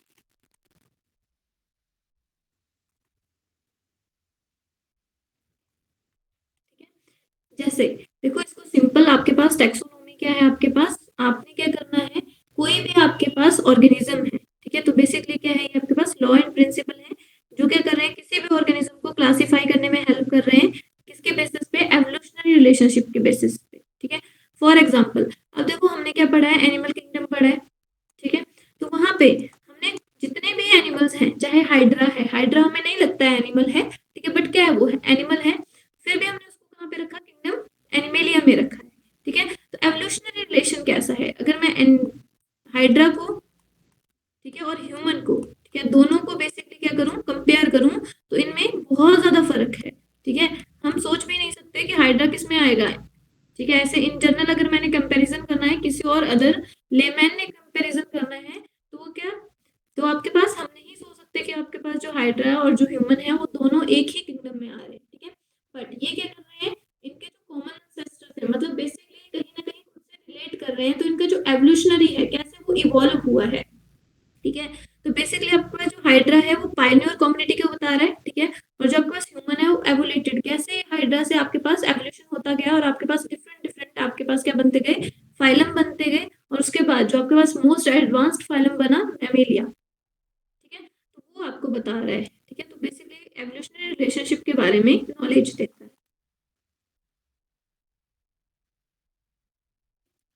Clear? ठीक है, और फादर ऑफ टैक्सोनॉमी किसको बोला था हमने, याद है सबको, फादर ऑफ टैक्सोनॉमी किसको बोला जाता है, कार्ल लिनियस को, ठीक है।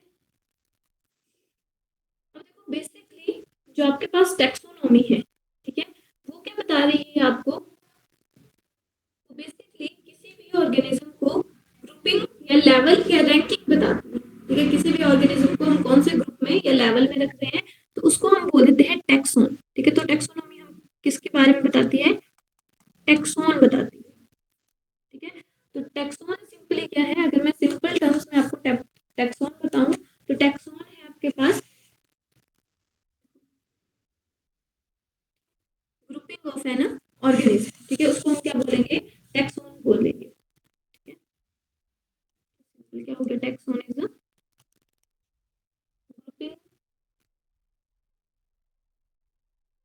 ग्रुपिंग इन अ सिस्टमैटिक, ठीक है, बेटा सिस्टमैटिक ऑर्डर में आप उन्हें ग्रुप करना है, ठीक है। ग्रुपिंग सिस्टमैटिक क्लासिफिकेशन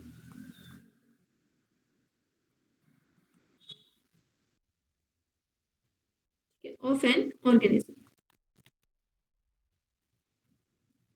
ठीक है, इसको हम क्या बोल देते हैं, टैक्सोन बोल देते हैं, ठीक है। या फिर सिंपल हम इसको सिंपल टर्म्स में अगर मैंने बोलना हो तो मैं सिंपल बोल सकती हूँ ग्रुपिंग ऑफ ऑर्गेनिज्म, तो जिनके जो सिमिलर कैरेक्टर्स हैं या जिनका सिमिलर एवोल्यूशनरी हिस्ट्री को जो रिप्रेजेंट कर रहा है, अगर मैंने उनको क्या कर दिया, एक ही ग्रुप में रख दिया, उसी को मैं क्या बोल दूंगी, उसी को मैं टैक्सोन बोल दूंगी, ठीक है। तो टैक्सोन किसको रिप्रेजेंट करता है, टैक्सोन आपके पास रिप्रेजेंट करता है रैंकिंग को, ठीक है। और ये रैंकिंग आपके पास क्या बताएगी, हायरार्की का जो ऑर्डर है उसको रिप्रेजेंट करेगी। तो बेसिकली हमारे पास जो कैटेगरीज होती है, ठीक है, अगर मैं किसकी बात कर रही हूँ, टैक्सोनॉमिक कैटेगरीज,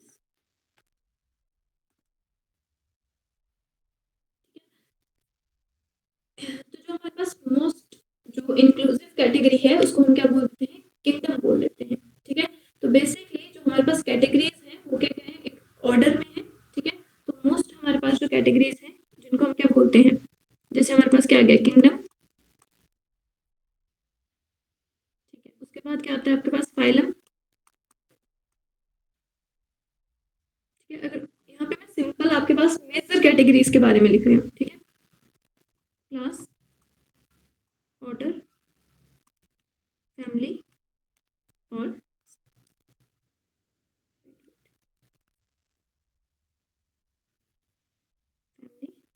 जीनस और स्पीसीज।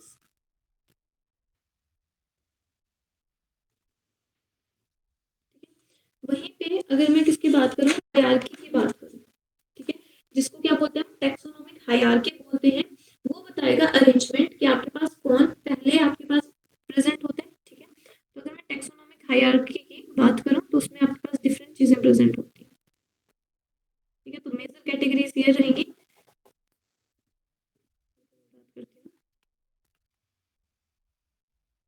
टैक्सोनॉमिक हायरार्की, ये हमें अरेंजमेंट बताता है, ठीक है, कि आपके पास जो ऑर्गेनिज्म है वो कैसे आपके पास रैंक वाइज रैंक, ठीक है। जैसे हमारे पास कोई भी रिजल्ट आता है, कुछ भी होता है तो रैंक होता है, ठीक है, जैसे फर्स्ट रैंक पे है, सेकंड रैंक पे है, थर्ड रैंक पे है, ठीक है। तो वैसे आपके पास जो टैक्सोनॉमिक हायरार्की है वो किसके बारे में बताती है, ये आपके पास ऑर्गेनिज्म की रैंकिंग सिस्टम के बारे में बताती है, पहले क्या आएगा फिर बाद में क्या आएगा, बाद में क्या आएगा, ठीक है। सबसे पहले आपके पास आता है, वो आता है किंगडम, ऊपर सबसे ऊपर आता है किंगडम, उसके बाद क्या आता है, फाइलम, ठीक है, प्लूरल इसको क्या बोल सकते हैं, फाइला बोल सकते हैं। फिर हमारे पास ऐसे जो हमारे पास जो ऑर्डर रहेगा वो ऐसे रहेगा, क्लास, ऑर्डर, सिंपल, यही इसको मैं इसी मैनर में लिख रही हूँ, ठीक है, फैमिली, जीनस, ठीक है, और फिर आता है स्पीसीज, ठीक है। तो ये क्या बता रहा है, आपके पास जो आपके पास हायरार्की रहेगी वो कैसे रहेगी, सबसे पहले क्या आएगा आपके पास, किंगडम आएगा, फिर फाइलम आएगा, फिर क्लास आएगा, फिर ऑर्डर आएगा, फिर फैमिली आएगी, फिर जीनस आएगा, और फिर उसके बाद आपके पास स्पीसीज आएगी, ठीक है। अब आपने याद रखना है कि जो भी आपके पास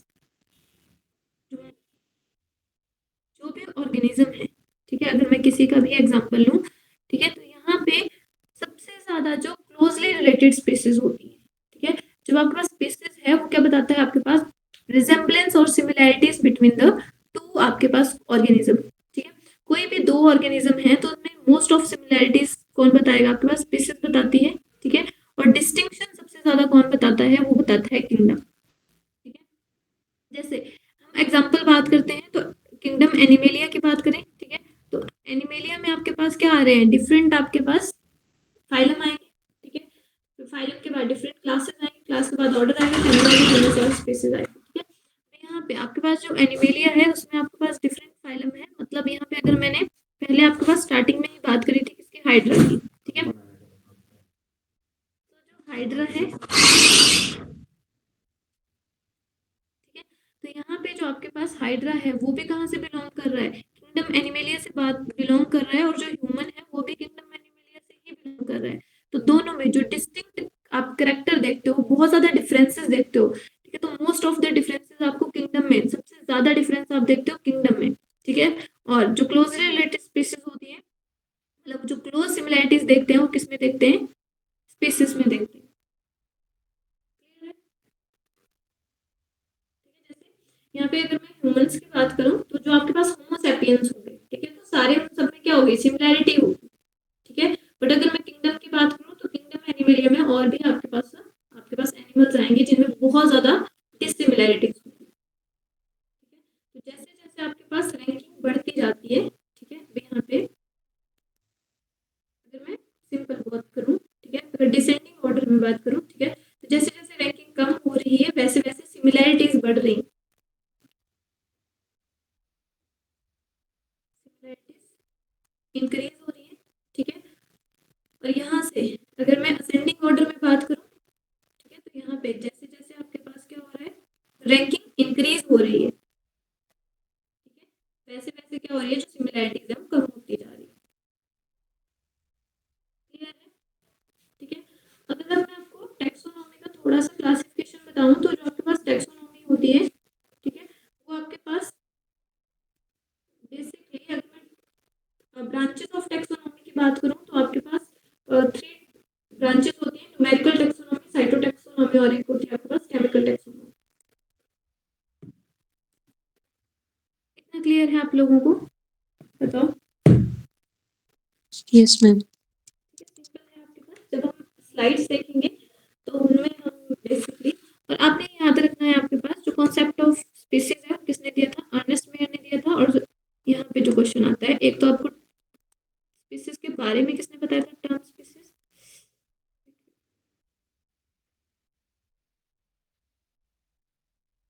टर्म स्पीसीज किसने दी थी? और दूसरा आपको पता होना चाहिए कॉन्सेप्ट ऑफ स्पीसीज किसने दिया था, ठीक है।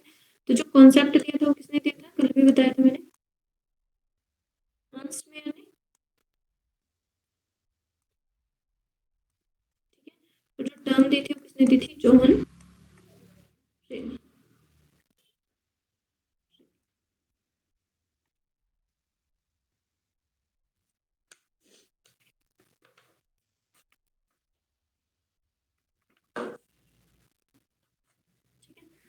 तो आई होप आपको इतना क्लियर हुआ होगा, ठीक है। हाँ, इसके बाद मैंने आपको थोड़ा सा ये बताया कि जो आपके पास टैक्सोनॉमी है, ठीक है, ब्रांच ऑफ टैक्सोनॉमी,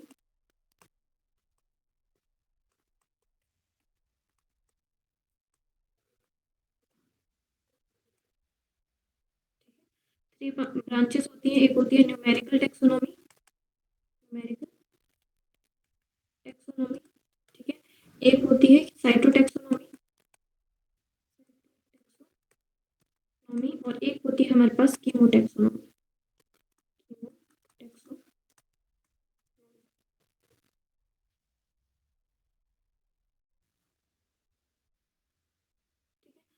अब जो आपके पास न्यूमेरिकल टैक्सोनॉमी है वो क्या बताती है? वो कोई भी आपके पास जो इंडिविजुअल है या प्लांट है उसको आप कैसे नेमिंग करोगे, ठीक है। तो यहाँ पे हम किसका यूज करते हैं? जो आपके पास न्यूमेरिकल टैक्सोनॉमी है यहाँ पे हम कैरेक्टर्स का यूज करते हैं, ठीक है, 0 और 1 कैरेक्टर, ठीक है। तो यहाँ पे न्यूमेरिकल्स का यूज किया जाता है, ठीक है। और ये जो यहाँ पे 0 और 1 कैरेक्टर का यूज किया जाता है, ठीक है, न्यूमेरिकल्स, ठीक है। इसके लिए किसका यूज किया जाता है? बेसिकली कंप्यूटर बेस्ड टैक्सोनॉमी होती है आपके पास, न्यूमेरिकल टैक्सोनॉमी, जिसमें हम 0 और 1 जैसे बाइनरी लैंग्वेज आपके पास कंप्यूटर समझता है, तो उसी वे में हम क्या बताते हैं? कैरेक्टर्स के बारे में, कोई भी ऑर्गेनिज्म है या कोई भी प्लांट है उसके कैरेक्टर्स के बारे में बताएंगे, ठीक है। पे बेसिकली जिन करेक्टर्स को आप देख सकते हो, ठीक है, तो उनके बारे में यहाँ पे स्टडी किया जाता है, ठीक है, और उसको इनिशिएट किया था, ठीक है, initiated by professor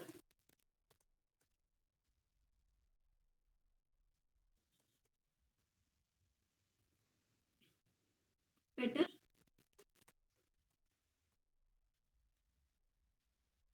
Smith et al, ठीक है, एच स्मिथ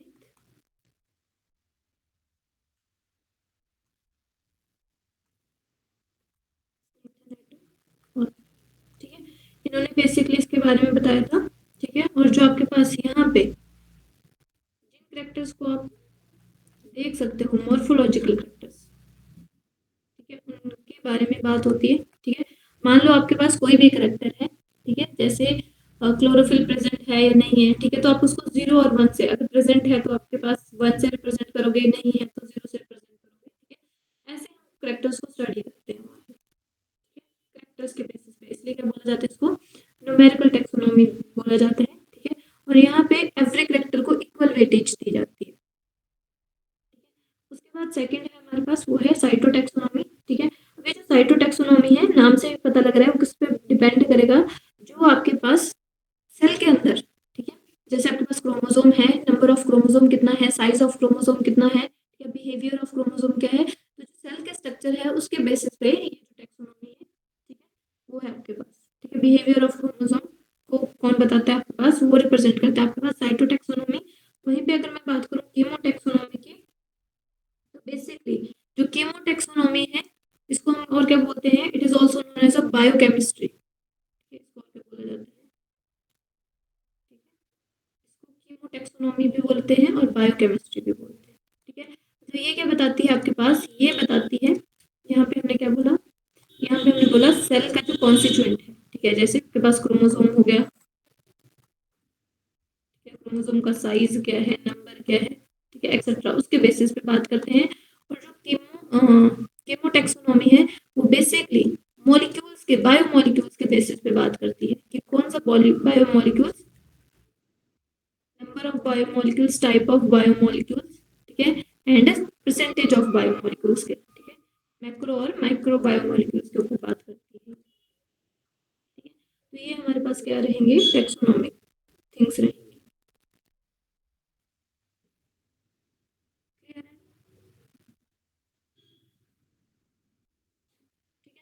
अब यहीं पे आई होप आपको इतना क्लियर हुआ होगा, ठीक है। अब देखो इसके अलावा, इसको मैं आपको थोड़ा सा यहाँ पे बता देती हूँ, जो हमने आज पढ़ा।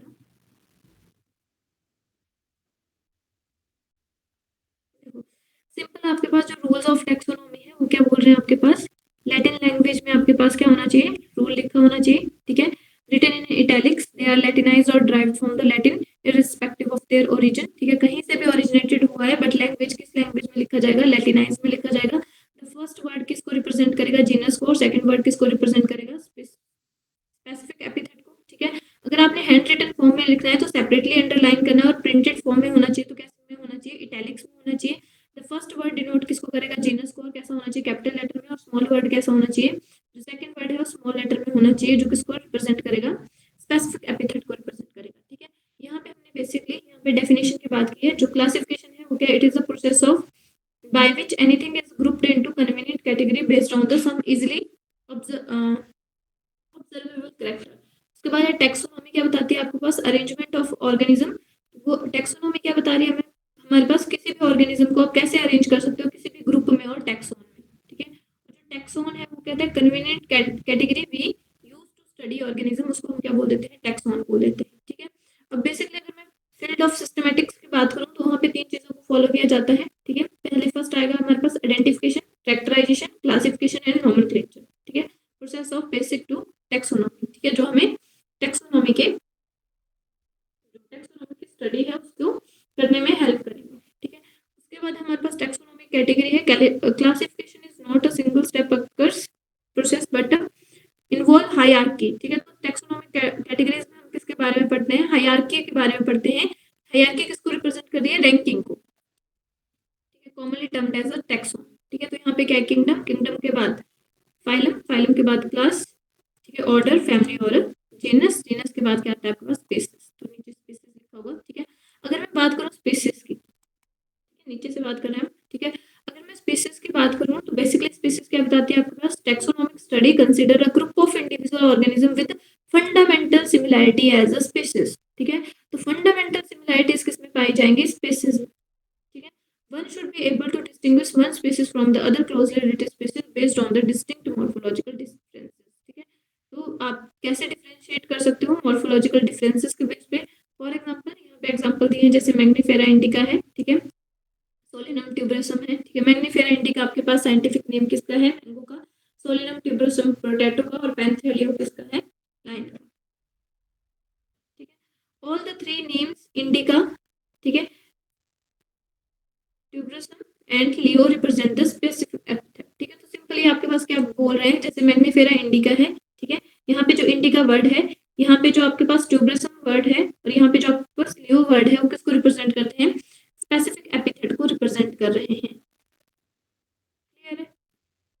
उसके बाद genus, genus comprises a group of related species which has a character in common in comparison to species of the other genera, ठीक है। तो यहाँ पे जो कॉमन कैरेक्टर होंगे वो ज्यादा प्रेजेंट होंगे। यहाँ पे हम कॉमन कैरेक्टर्स की बात करेंगे, स्पीशीज में हम स्पेसिफिक आपके पास कैरेक्टर्स की बात करेंगे। We can say that genera are aggregate of closely related species, ठीक है। जैसे आपके पास जो जीनस है वो क्या बताती है, आपके पास एग्रीगेशन बताती है, जिसमें क्या हो रही है, क्लोजली रिलेटेड स्पीशीज प्रेजेंट होंगी। For example potato and brinjal दोनों किससे बिलोंग करेंगे, ठीक है। इनके स्पीशीज अलग अलग होंगे बट दोनों किससे बिलोंग कर रहे हैं, सेम जीनस से, जीनस सोलिनम, ठीक है। वैसे आपके पास जो लाइन है, लियोपार्ड है और टाइगर है, ठीक है। तो इन सबके जीनस क्या रहेंगी, सेम रहेंगी, जैसे पैंथरा, यहाँ पे भी पैंथरा और यहाँ पे भी पैंथरा, ठीक है। लाइन होता है आपके पास, अब इनमें क्या है, आपके पास स्पीशीज वेरी कर रही है, यहाँ पे पैंथरा, लियो, लाइन, ठीक है, पेड्रस, लियोपार्ड और टाइग्रिस किसको रिप्रेजेंट कर रहा है, टाइगर को। तो ये क्या बता रहा है इनके पास कि जो इनकी जीनस है वो क्या है, सेम है। तो उनमें जो सेवरल कैरेक्टर्स रहेंगे, जो सेवरल फीचर रहेंगे, वो कैसे रहेंगे, कॉमन फीचर्स रहेंगे, ठीक है।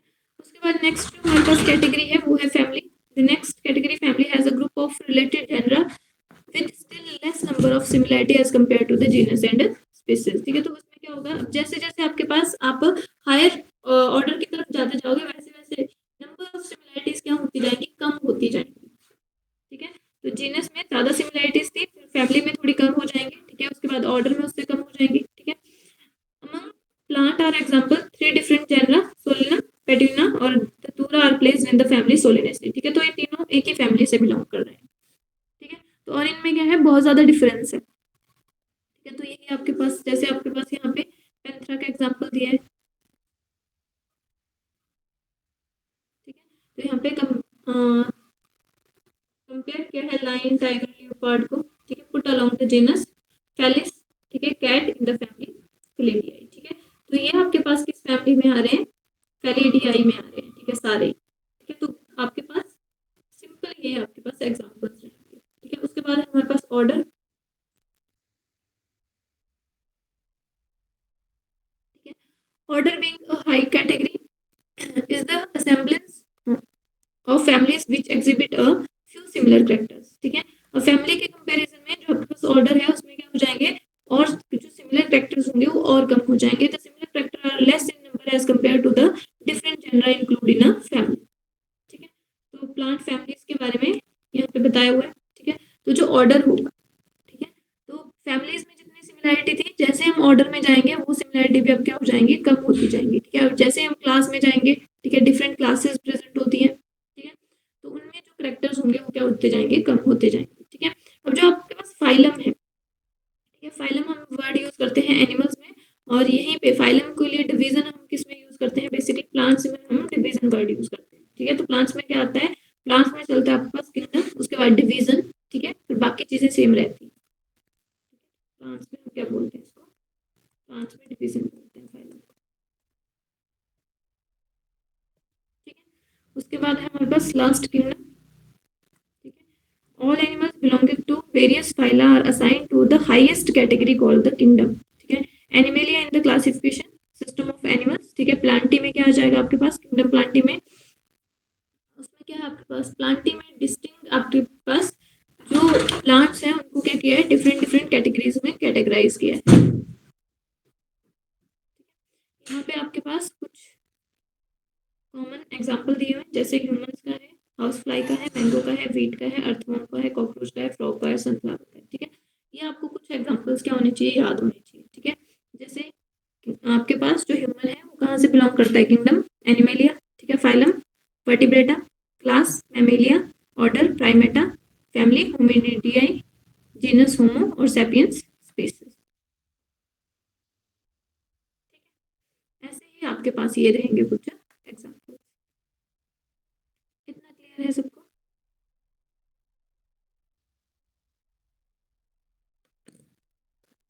Yes ma'am.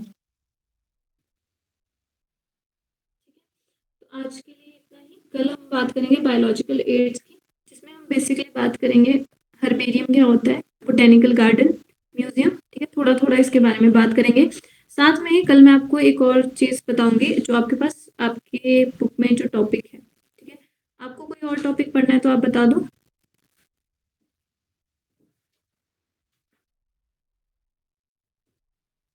आपके पास एक्टोमेम्ब्रेन और एंडोमेम्ब्रेन वो क्लियर है सबको, या फिर मैं करवाऊं? करवा देना मैम। तो मैं थोड़ा उसको स्पीड में, एक्टोमेम्ब्रेन में आपके पास जो सेल मेम्ब्रेन के जितने भी मॉडल हैं वो उनके बारे में बताता है, और एंडोमेम्ब्रेन में आपके पास मेम्ब्रेन के अंदर जो सिस्टम है उसके बारे में बताता है। ठीक है, तो मैं उसको भी करवा दूंगी कल साथ में। आई होप जितना आज हमने किया उतना आपको क्लियर हुआ होगा। Okay, thank you, that's all.